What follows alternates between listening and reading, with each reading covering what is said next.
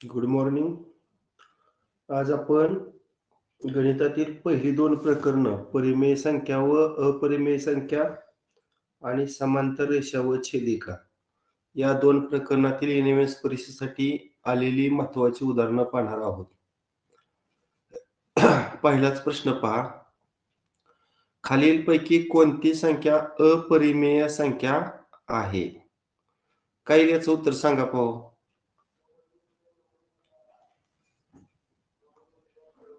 आता तुम्हाला सर्वांना माहित आहे पूर्ण वर्ग संख्यांची वर्गमूळ परिमेय असतात आणि पूर्ण वर्ग नसणाऱ्या संख्यांची वर्गमूळ अपरिमेय असतात.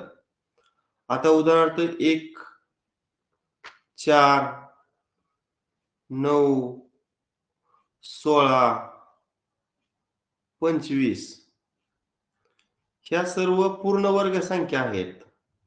कारण 1 हा 1 चा वर्ग आहे, 2 चा वर्ग 4, 3 चा वर्ग 9, 4 चा वर्ग 16, 5 चा वर्ग 25 या पूर्ण वर्ग असलेल्या संख्या आहेत.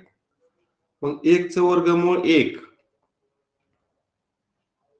4 चं वर्गमूळ 2, 9 चं वर्गमूळ 3, 16 चं वर्गमूळ 4, 25 चं वर्गमूळ 5 ह्या सर्व काय झाल्या? परिमेय संख्या झाल्या.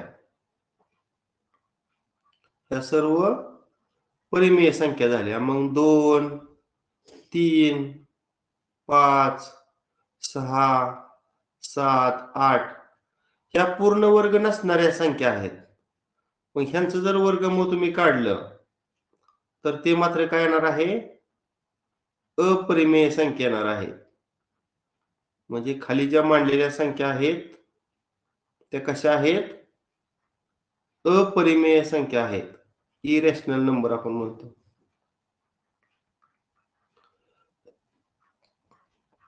किंवा अजून एक व्याख्या आहे, ज्या संख्येचे दशांश रूप अखंड आवर्ती दशांश रूपात लिहिता येते त्याला परिमेय संख्या म्हणायचं. आणि ज्या संख्येचं दशांश रूप अखंड असतं परंतु आवर्ती नसतं त्याला आपण अपरिमेय संख्या असं म्हणतो.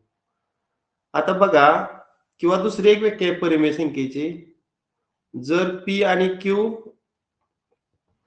या पूर्णांक संख्या असून Q हा शून्येतर पूर्णांक संख्या असेल तर P आणि Q या अपूर्णांकाला काय म्हणायचं? परिमेय संख्या म्हणतात. आता पर्याय 1 मध्ये बघा, 4/5 4 ही पूर्णांक संख्या आहे, छेदामधील 5 ही सुद्धा पूर्णांक संख्या आहे आणि छेद हा शून्येतर आहे, म्हणून 4/5 हा जो अपूर्णांक आहे तो परिमेय आहे. बघा ही संख्या कशी आहे? परिमेय आहे. इथं पण बघा 23 पूर्णांक आहे, 99 पूर्णांक आहे, छेद शून्येतर आहे, म्हणजे ही सुद्धा P/Q या रूपातील संख्या आहे, म्हणून ही सुद्धा परिमेय आहे. आता 3 नंबरच्या पर्यायात बघा, 8चं घनमूळ तुम्हाला दिलेलं आहे. मग 8चं घनमूळ निघतंय 2 आणि 2 ही काय आहे? परिमेय संख्या आहे, म्हणून 8चं घनमूळ ही सुद्धा परिमेय संख्या आहे. आणि चौथ्या पर्यायामध्ये 5 ही पूर्ण वर्ग नसणारी संख्या आहे आणि पूर्ण वर्ग नसणाऱ्या संख्येचं घनमूळ काय असतं? तर अपरिमेय संख्या असतं, म्हणून याचं उत्तर पर्याय क्रमांक 4. सांगा दुसऱ्याचं उत्तर काय आहे?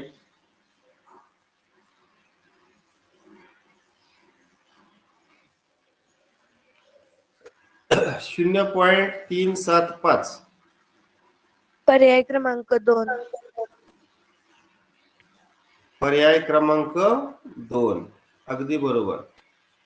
कारण दशांश नंतर किती अंक आहेत बघा, जेवढं दशांश नंतर अंक असतील तेवढं शून्य एकावर ठेवायचं आणि त्या संख्येनं भागायचं. बघा 1, 2, 3 अंक आहेत, मग एकावर मी 3 शून्य ठेवतो, म्हणजे 375 ला एकानं भागलं. किती आहे इथं? पर्याय क्रमांक 2 नाही. एक शून्य माझ्याकडून चुकून जास्त आलाय काय, मला एकदा चेक करू द्या.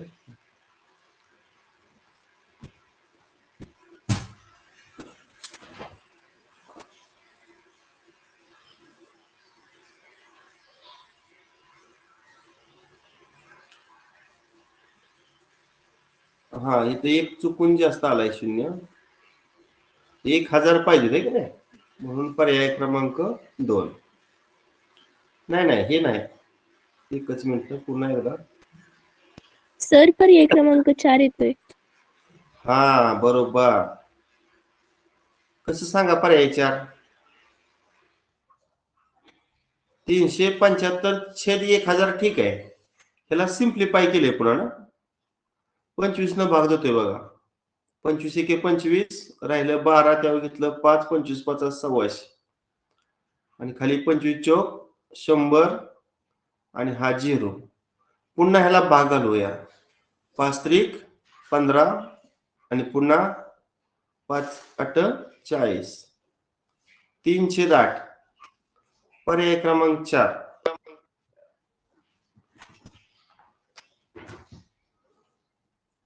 हा नेक्स्ट.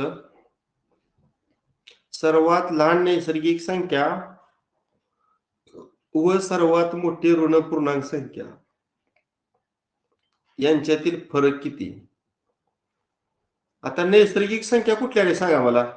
नैसर्गिक संख्येला आपण n म्हणतो. 1 2 3 3 4 आहे की नाही, 4 अशा असंख्य 6 असणार. आणि पूर्णांक संख्येला आपण इंटिजर म्हणतो. आणि इंटिजर कुठला असतात? ऋण 3, ऋण 2, ऋण 1, 0, 1, 2, 3 डॉट डॉट डॉट. पण ह्यातलं काय लिहिलंय? सर्वात मोठी ऋण पूर्णांक संख्या. सर्वात लहान नैसर्गिक संख्या कुठली रे? सर्वात लहान नैसर्गिक संख्या 1. आणि सर्वात मोठी ऋण पूर्णांक संख्या कोणती? 1 ऋण -1 -1. आणि यांच्यातला फरक विचारलाय, म्हणजे ह्या दोघांच्या मध्ये वजाबाकी टाकतो. मग बघा, वजा वजा अधिक होणार. आणि 1 आणि 1 ची बेरीज किती? 2. म्हणजे याचं उत्तर पर्याय क्रमांक 3. खालीलपैकी अपरिमेय संख्या कोणती? एक लक्षात ठेवायचं, ज्यावेळेस असं आवर्ती चिन्ह असतं का नाही, रिकरिंग सिम्बॉल, तेव्हा ती संख्या परिमेय असते. जेव्हा एखाद्या अंकाच्या किंवा ठराविक संख्येच्या डोक्यावर आवर्ती चिन्ह असतं, तेव्हा ती काय असते? परिमेय संख्या असते. जेव्हा असा अपूर्णांक असतो का नाही, अंशामध्ये पूर्णांक संख्या, छेदामध्ये पूर्णांक संख्या आणि छेद शून्येतर, तेव्हा ती सुद्धा काय असते? परिमेय संख्याच असते. आता ही काय आहे रे? पूर्ण वर्ग असलेल्या संख्येचं वर्गमूळ. आणि पूर्ण वर्ग असणाऱ्या संख्येचं वर्गमूळ काय असतं? मगाशी सांगितलं, पूर्ण वर्ग असलेल्या संख्येचं वर्गमूळ परिमेय असतं. आणि 7 ही पूर्ण वर्ग नसणारी संख्या आहे. आणि मग मला सांगा, पूर्ण वर्ग नसणाऱ्या संख्येचं वर्गमूळ काय असतं? अपरिमेय. म्हणजे कोणता पर्याय अपरिमेय संख्या दर्शवतो? पर्याय क्रमांक 4. 4. 56/37 इथं मात्र तुम्हाला भागाकारच करावा लागणार आहे. तुम्ही करून बघा हा भागाकार किती येतोय रे? 37चा पाढा तयार करावा लागेल की नाही. हे जर तुम्ही केलं तर 1.513 513 513 असंच येत राहणार आहे बघा कायम. याचा अर्थ काय रे? हे 513 बघा पुन्हा येते या. आणि ह्या 3 अंकी संख्येचा गट पुन्हा पुन्हा येतोय, म्हणून त्याच्या डोक्यावर असा आवर्ती सिम्बॉल द्यायचं. कुठला येईल पर्याय? मग पर्याय क्रमांक 3. बरोबर आहे, पर्याय क्रमांक 3. नेक्स्ट 3/4 5/8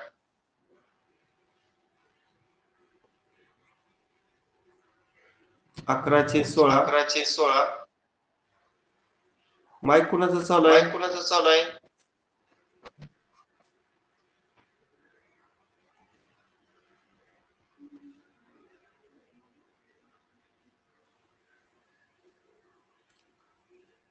17/32 आणि शेवटचा पूर्णांक 35/64.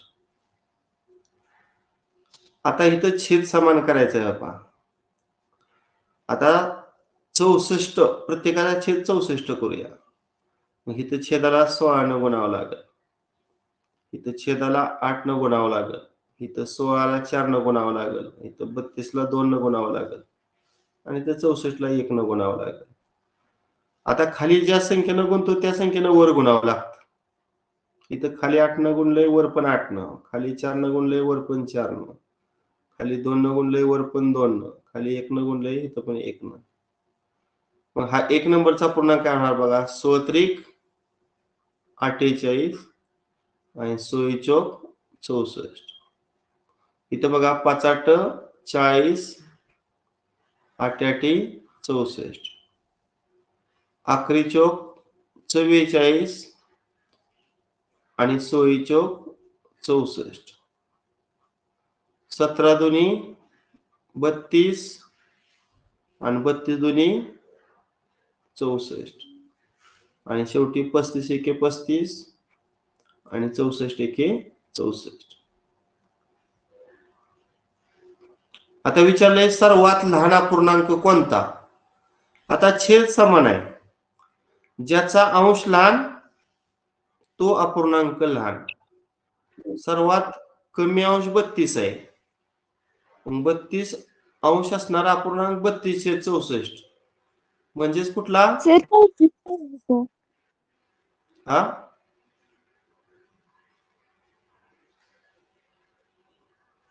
काय झाले? सर 17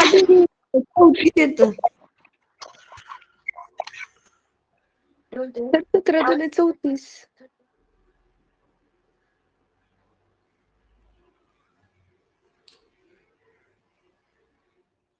17/32 येते की.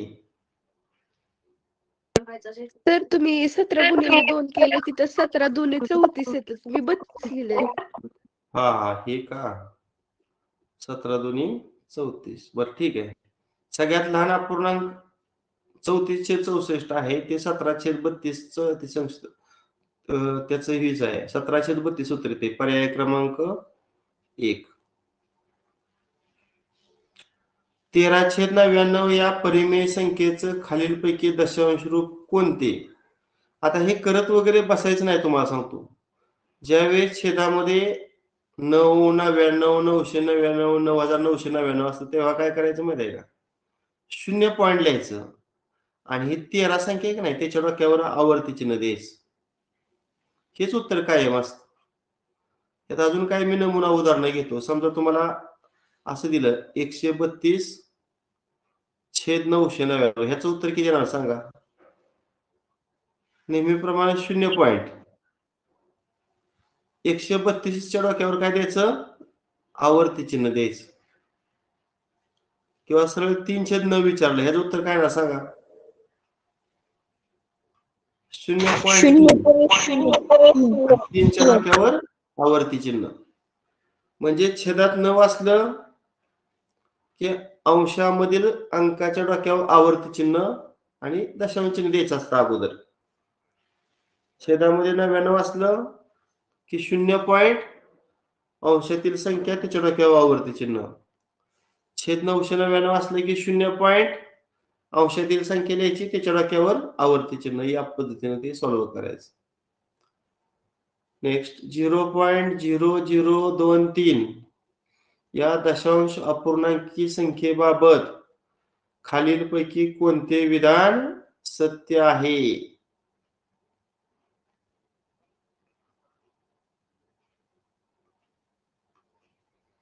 बघा, संख्या दिलेली आहे 0.0023.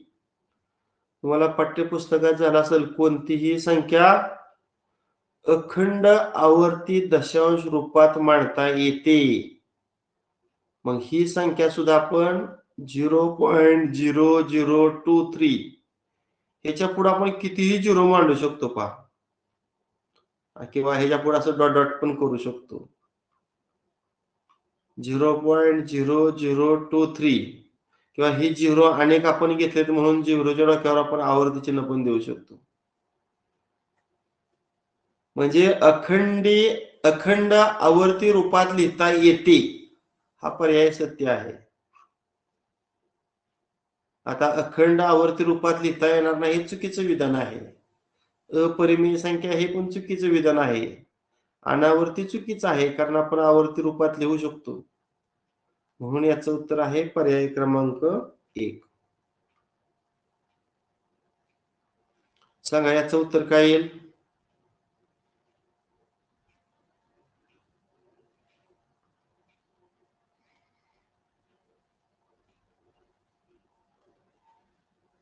तुम्ही सॉल्व्ह करा आणि उत्तर सांगा पर्याय कोणता येतोय.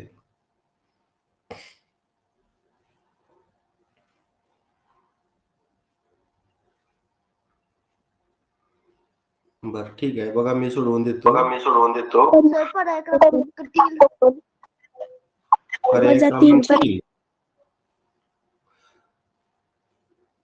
2 या संख्येची बेरीज व्यस्त. तुम्हाला यापूर्वी सांगितले ए ची बेरीज व्यस्त वजा ए, कारण दिलेली संख्या व तिची बेरीज व्यस्त संख्या यांची बेरीज किती असते? 0. आणि ए चा गुणाकार व्यस्त मात्र 1/a, कारण दिलेली संख्या व तिची गुणाकार व्यस्त संख्या यांचा गुणाकार काय असतो? 1. बेरीज व्यस्त म्हटल्यावर फक्त चिन्ह बदलायचं आणि गुणाकार व्यस्त म्हणलं की अंशाची आणि छेदाची अदलाबदल करायची. आता मग 2 ची बेरीज व्यस्त काय येणार? -2. आणि 2 ची गुणाकार व्यस्त करताना 2 म्हणजे 2/1 आहे, त्याचं उलट करायचं 1/2. मग 2 ची बेरीज व्यस्त -2 आणि 2 ची गुणाकार व्यस्त 1/2. या दोघांची करायची बेरीज. आता ह्याला छेद दिला नाही म्हणजे 1 देऊया, तिरकस गुणाकार करू. -2 गुणिले 2 -4, 1 गुणिले 1 1 आणि छेदात 2 गुणिले 1 2. आता बघा, वर एकाचं ऋण आणि एकाचं धन करा वजाबाकी. 3तून 1 गेलं 2, 4तून 1 गेलं 3, मोठ्या संख्येचं वजा आणि छेदामध्ये 2. 9व्याचं उत्तर पर्याय क्रमांक 2 आलं. बघा, तुम्ही काय सांगितलं होतं? पर्याय 3 सांगितलं होता ना? नाही सर, मी 2 सांगितलेला. 2 सांगितलं होतं. 2 सांगितलं.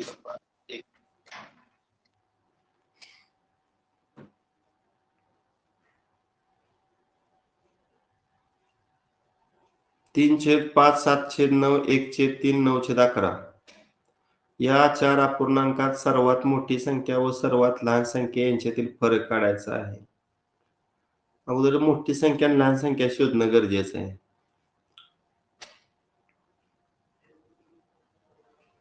आता इथं छेद काय समान करता येणार नाही.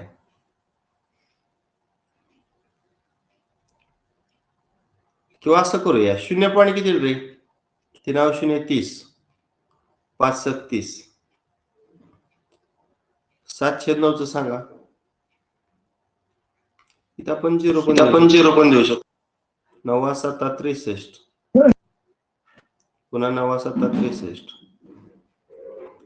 1/3, 1/0 10, 3/9 3/9 आणि 9/11, 9/0 90, 11/83, 11/1 11, आता मोठी संख्या कोणती दिसते? 0.81 आणि लहान संख्या 0.33. मग 9/11 ही मोठी संख्या आणि 1/3 ही लहान संख्या, यातला फरक काढायचा. तिरकस गुणाकार 9 त्रिक 27, 11 एके 11 आणि छेदाचा गुणाकार 11 त्रिक 33. किती आली वरची वजाबाकी? 16 आणि छेदामध्ये 33. 10व्याचं उत्तर पर्याय क्रमांक पर्याय क्रमांक 1. किंवा हे जर दुसऱ्या पद्धतीने सोडवायचं म्हटलं तर अजून एक पद्धत आहे. कशी पहा, हे सर्व छेदाधिक अपूर्णांक आहेत बघा आणि अंशापेक्षा छेद हा 2 आहे. 2चा फरक आहे बघा. 3 आणि 2 5, 7 आणि 2 9, 1 आणि 2 3, 9 आणि 2 11. आता जेव्हा दिलेल्या छेदाधिक अपूर्णांकामध्ये 2चा फरक असतो तेव्हा ज्या अपूर्णांकाचा अंश छेद मोठे तो अपूर्णांक मोठा. मग अंश छेद मोठे असणारा अपूर्णांक 9/11 आणि अंश छेद लहान असणारे अपूर्णांक 1/3. आता या दोघातला फरक तिरकस गुणाकार मग 9 त्रिक 27, 11 एके 11 आणि छेदाचा गुणाकार 33. आता वरची वजाबाकी आली 16 आणि छेद किती आहे? 33. पर्याय क्रमांक 1. ठीक आहे. नेक्स्ट,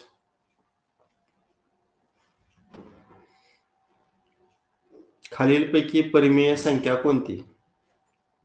पर्याय क्रमांक 4. उत्तर पर्याय बरोबर क्रमांक आहे. 4. बरोबर आहे.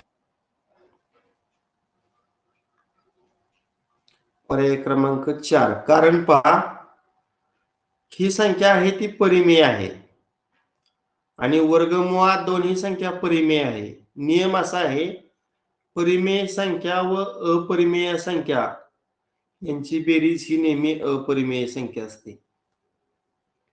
रॅशनल नंबर आणि इरॅशनल नंबर यांची जी सम आहे ती इरॅशनल असते. आता इथं पहा, 4 ही परिमेय संख्या आहे, मात्र त्यातून वजा केलेली वर्गमुळात 2 ही संख्या मात्र अपरिमेय आहे. परिमेय आणि अपरिमेय यांची वजाबाकी सुद्धा अपरिमेय असते. पुन्हा इथं गुणाकार आहे. 3 ही परिमेय संख्या आणि वर्गमुळात 2 ही अपरिमेय संख्या. परिमेय संख्या व अपरिमेय संख्या यांचा गुणाकार सुद्धा अपरिमेय असतो. म्हणजे पर्याय 1, पर्याय 2, पर्याय 3 तिन्ही अपरिमेय संख्या.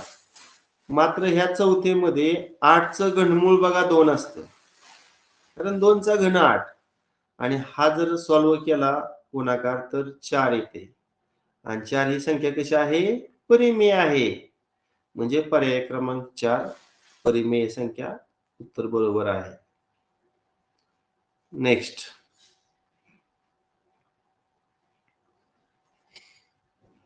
सॉल्व्ह करा तुम्ही. कुठलं उत्तर दे सांगा.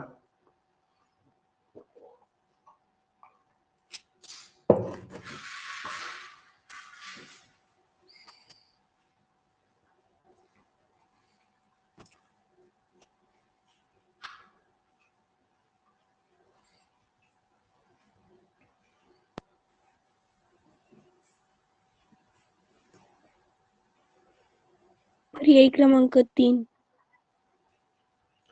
पर्याय क्रमांक 3.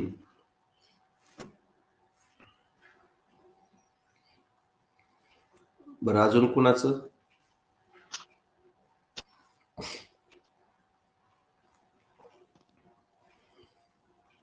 बरं ठीक आहे, आपण पाहूया. एक लक्षात घ्या, तुम्हाला यापूर्वी झालेला आहे, 2 समांतर रेषांना जर छेदिकेनं छेदलं तर तयार होणारे संगत कोण एकरूप असतात, आंतरवितक्रम कोण एकरूप असतात, बाह्य वितक्रम कोण एकरूप असतात आणि आंतरकोन पूरक असतात. इंग्रजीमध्ये if 2 lines are intersected by a transversal then formed corresponding angles are congruent, alternate angles are congruent, and lastly interior angles are supplementary. आणि विरुद्ध कोण तर सगळ्यांना ओळखते. हा जो 70° कोण दिलाय का नाही त्याचा हा विरुद्ध कोण आहे बघा पुढचा, म्हणजे हा 70 आला. आता हा 100 दिलाय का नाही, हा 100, तर याच्या समोरचा हा 100 येणार, कारण हे विरुद्ध कोण आहे. आता जर या व्युत्क्रम कोणाची जोडी काढली का नाही, कारण 70 आणि 90 ही व्युत्क्रम कोणाची जोडीच आहे, पण याचं गुणोत्तर इथे बघा 7/10, पण हा पर्यायच नाही बघा. 7/100, समजा या शून्याला हा शून्य घालवला, 7/10 हा पर्याय नाही बघा. कुठे दिसते का 7/10 किंवा त्याच्या उलट 10/7 पण पर्याय नाही. मग आपल्याला या ठिकाणी दुसरी व्युत्क्रम कोणाची जोडी काढावी लागणार आहे. आता मला सांगा, हा 70 असेल तर हा किती येणार आहे, 180 तून 70 वजा करा, 110 येणार, कारण रेषीय जोडीतील कोणाची बेरीज 180 असते. 180 तून 70 वजा केलं 110. तसंच हा काढूया, 180 तून 100 वजा करा, हा 80 येणार. आता ही व्युत्क्रम कोणाची जोडी घेऊया, म्हणजे अंशात मी 110 घेतो आणि छेदामध्ये 80 घेतो.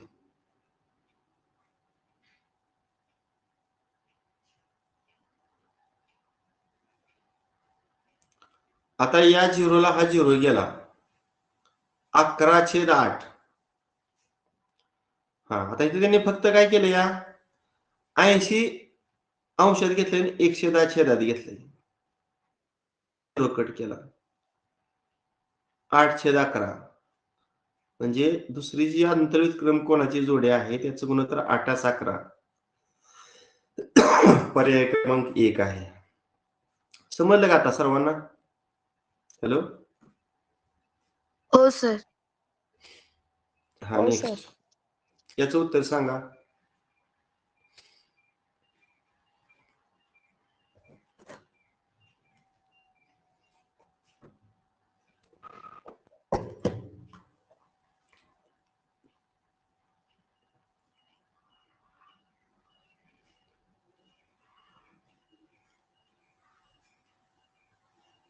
सर पर्याय क्रमांक 1. सर पर्याय क्रमांक 1. पर्याय क्रमांक 1. पर्याय क्रमांक 1 आले. 1. ओके, एकदा मी सॉल्व्ह करून पाहतो. बघा, दोन समांतर रेषांना जर छेदिकेनं छेदलं तर आंतरकोन पूरक असतात, म्हणजे आंतरकोनाची बेरीज 180 असते. म्हणजे ह्या 2x ची आणि ह्या 3x ची बेरीज किती येणार, 180, 180. मग 2 आणि 3 ची बेरीज किती, 5x. 5x बरोबर 180. 180 भागिले 5 करावं लागेल. 5 त्रिक 15, 5 36. 36 आलं बघा x ची किंमत. आता पहिला कोण 2x आहे, मग 2 गुणिले x ची किंमत ठेवूया 36. 36 ची दुप्पट 72. आणि दुसरा कोण आहे 3x आहे, म्हणजे 3 गुणिले 36 करूया, किती येणार, 108 अंश. अगदी बरोबर, तुम्ही काढलेलं उत्तर बरोबर आहे, पर्याय क्रमांक 1. चला याचं उत्तर सांगा.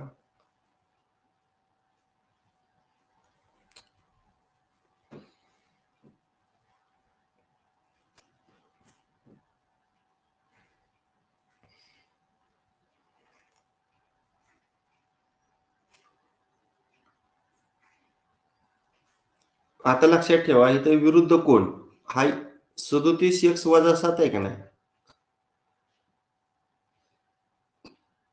किंवा आडव्या पण 2 रेषा समांतर आहेत आणि उभ्या तिरक्या रेषा पण समांतर आहेत.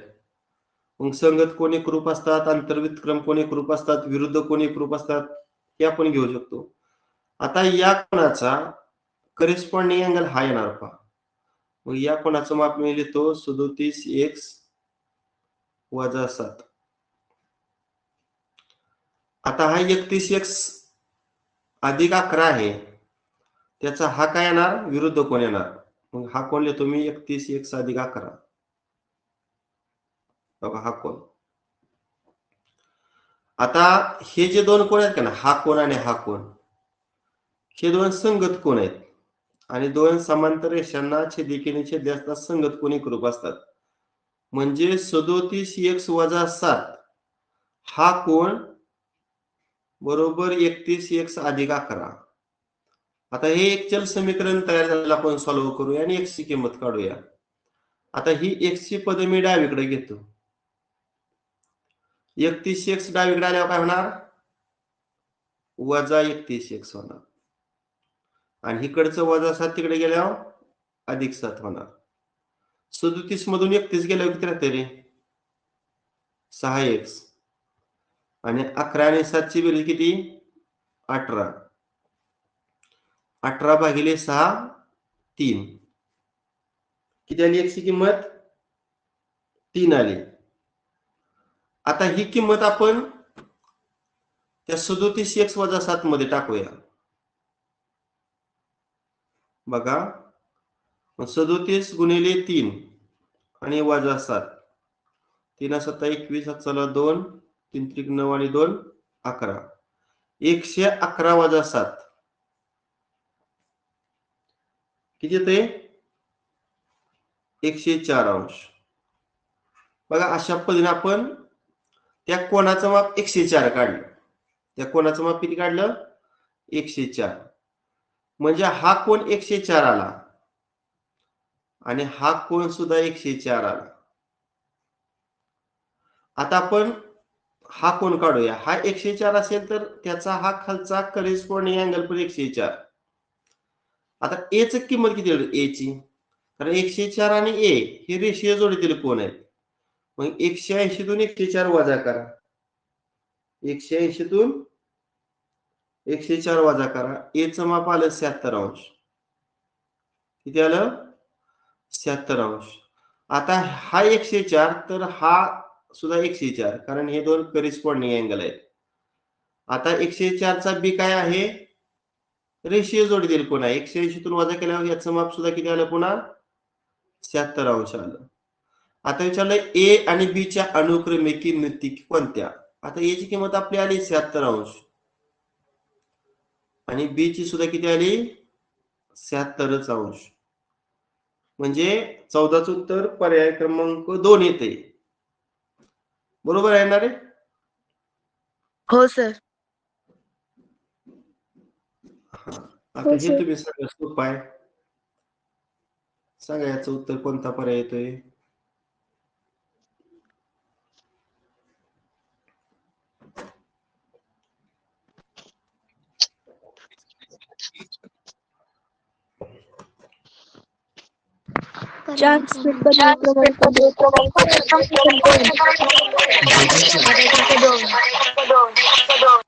बरोबर. तरी पण पुन्हा एकदा रिव्हिजन म्हणून सांगतो. समजा ही एक रेषा एल आणि त्याला समांतर असणारी ही रेषा एम आणि या दोघांना छेदणारी ही एक छेदिक आहे एन. समजा इथं ए आपण म्हटलं, इथं बी, इथं सी, इथं डी, इथं ई, एफ, जी आणि एच. आता तुम्हाला विचारलं मी संगत कोणांच्या जोड्या किती, त्याला आपण इंग्रजीत काय म्हणतो, करेस्पॉन्डिंग अँगल. ए आणि ई ही पहिली संगत कोणाची जोडी येणार. डी आणि एच ही दुसरी संगत कोणाची जोडी येणार. बी आणि एफ ही तिसरी संगत कोणाची जोडी आणि सी आणि जी ही चौथी. अशा पद्धतीने संगत कोणाच्या 4 जोड्या तयार होतात. संगत कोणाच्या किती जोड्या तयार होतात, 4 जोड्या तयार होतात. आता ह्याच्यामध्ये पुन्हा व्युत्क्रम कोणाच्या विचारलं. आता व्युत्क्रम कोण म्हणल्यावर फक्त आपण या ठिकाणी आंतरव्युत्क्रम कोण विचारात घ्यायचं. आता आंतरव्युत्क्रम म्हणलं की झेड अक्षर, म्हणजे असं हा कोण आणि हा कोण, किंवा असा यस, हा कोण आणि हा कोण. मग आंतरव्युत्क्रम कोणामध्ये डी आणि एफ येणार पहिली जोडी आणि दुसरी सी आणि ई येणार. आंतरवितक्रम कोणाच्या 2च असतात आणि बाह्य वितक्रम कोणाच्या पण 2 असतात. आणि विचारलं आंतरकोन म्हणजे इंटेरियर अँगल्स, तर आंतरकोनामध्ये डी आणि ई ही पहिली जोडी येणार आणि सी आणि एफ म्हणजे 2 रेषांना जर छेदकीने छेदलं तर संगत कोणाच्या 4 जोड्या तयार होतात, वितक्रम कोणाच्या 2 जोड्या तयार होतात आणि आंतर कोणाच्या 2 जोड्या तयार होतात. याचं उत्तर संगत कोणाच्या जोड्या 4, पर्याय क्रमांक 2. हे सॉल्व्ह करा.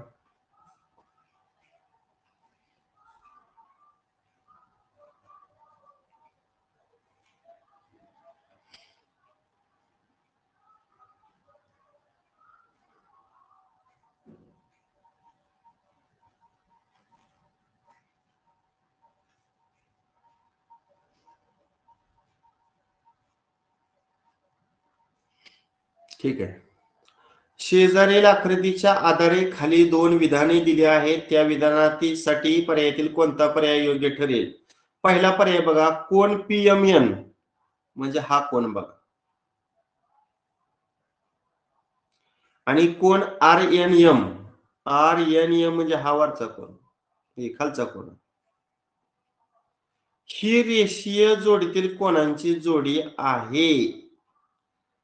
आहे का रेषीय जोडीतील कोणांची जोडी? रेषीय जोडीतील कोण कधी म्हणायचं? जेव्हा त्या 2 कोणांची एक भुजा सामायिक असते आणि त्यांचे अंतर्भाग विभिन्न असतात. आता हा अंतर्भाग आणि हा अंतर्भाग वेगळा आहे. ह्या 2 कोणांचा हा एकच अंतर्भाग येतोय, त्यामुळं ही रेषीय जोडीतील कोणांची जोडी नाही. म्हणजे हे विधान कसं आहे? चूक आहे. हे विधान काय आहे? चूक आहे. आता दुसरं वाक्य वाचूया. कोन एएमक्यू म्हणजे बघा हा कोन आणि कोन बीएनएस म्हणजे हा खालचा कोन बघा बीएनएस, ही संगत कोणाची जोडी आहे? हे पण विधान चुकीचं आहे, कारण एएमक्यू चा एमएनएस हा संगत कोण येतोय, म्हणजे हे सुद्धा विधान कसं आहे? चूक आहे. आता पहिला पर्याय फक्त विधान 1 बरोबर, फक्त विधान 2 बरोबर, दोन्ही विधान बरोबर, दोन्ही विधान चूक आहेत. म्हणजे याचं उत्तर पर्याय क्रमांक 4 हे आहे. समजते ना? हो. हो सर. हा, आता याचं हो, उत्तर हो, सांगा सर. तुम्ही. चला,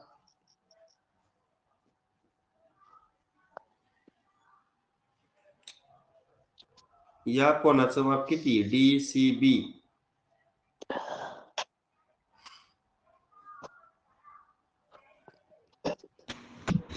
सर पर्याय क्रमांक 2. पर्याय क्रमांक 2. ठीक आहे, बघूया अजून.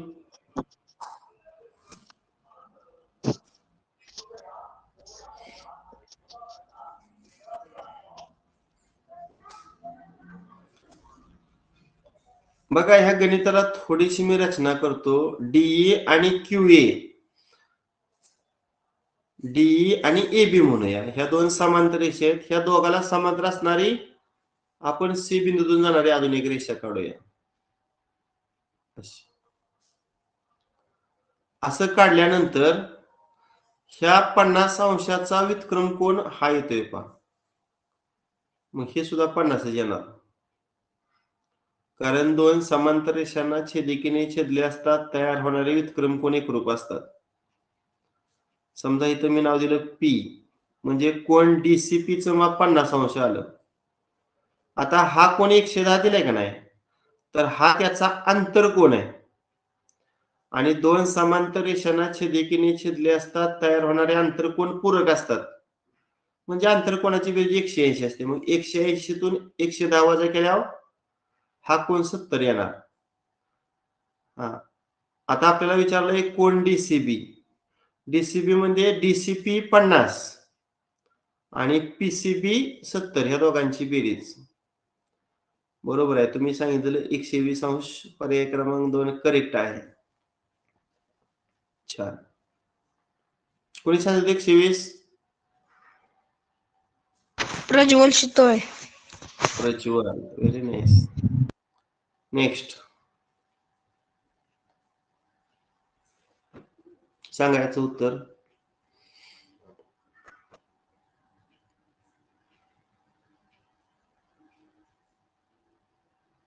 पर्याय क्रमांक 3. पर्याय क्रमांक 3. पर्याय क्रमांक 3. पर्याय क्रमांक 3. बऱ्याच जणाला येते, कारण सोपा प्रश्न आहे. बर, बघूया तरी सुद्धा. हा 50 आहे तर हा 50, कारण हे दोन एकमेकांचे विरुद्ध कोण आहेत. आणि हा 50 आणि हा y, हे दोन आंतरकोन आहेत. आणि आंतरकोन काय असतात? पूरक असतात. म्हणजे त्या दोघांची बेरीज 180. मग तिकडचं 50 उजवीकडे आल्या वजा होणार. किती येणार वजा बाकी? 130. पर्याय क्रमांक 3 करेक्ट. आता याचं सांगा उत्तर.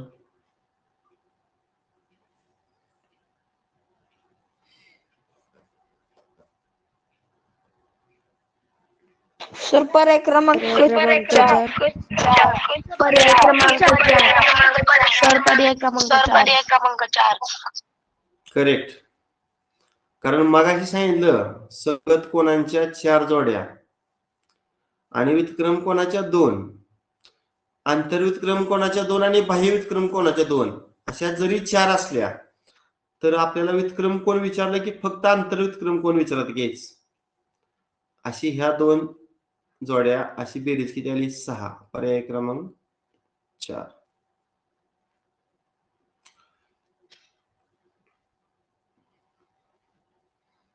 सांगा x ची किंमत किती?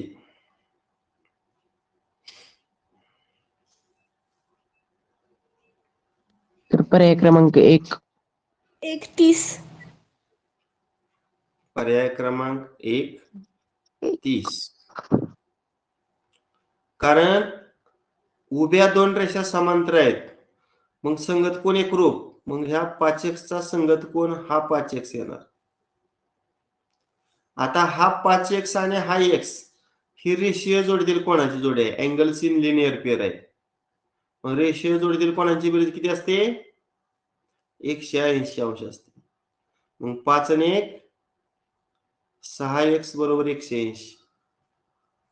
180 भागिले 6 जर केलं तर 30. पर्याय क्रमांक 1. ठीक आहे. अशा पद्धतीनं आजच्या तासिकेला आपण गणितातील पहिली 2 प्रकरण, परिमेय व अपरिमेय संख्या, आणि दुसरं प्रकरण समांतर रेषा व छेदिका, या 2 प्रकरणावर आधारित आज आपण एक तासिका घेतलेली आहे. पुन्हा पण असंच 2-2 प्रकरणावर एक तासिका घेऊया, म्हणजे आपला 28 तारखेच्या अगोदर सर्व सिलेबस गणिताचा सुद्धा संपेल. आणि मी तुम्हाला रोज एक NMH फायनल प्रश्नपत्रिका टाकतोय, ती पण सॉल्व्ह करा. आता उत्तर सूची माझ्याकडे उपलब्ध नाही, पण कमीत कमी एक आपल्याला अंदाज येतो आपल्याला किती गणित सुटतायत. त्यामुळं सॉल्व्ह करून ठेवा. उत्तरपत्रिका उपलब्ध झाल्यानंतर मी पाठवेन सुद्धा. ठीक आहे, बस करूया. Okay, bye.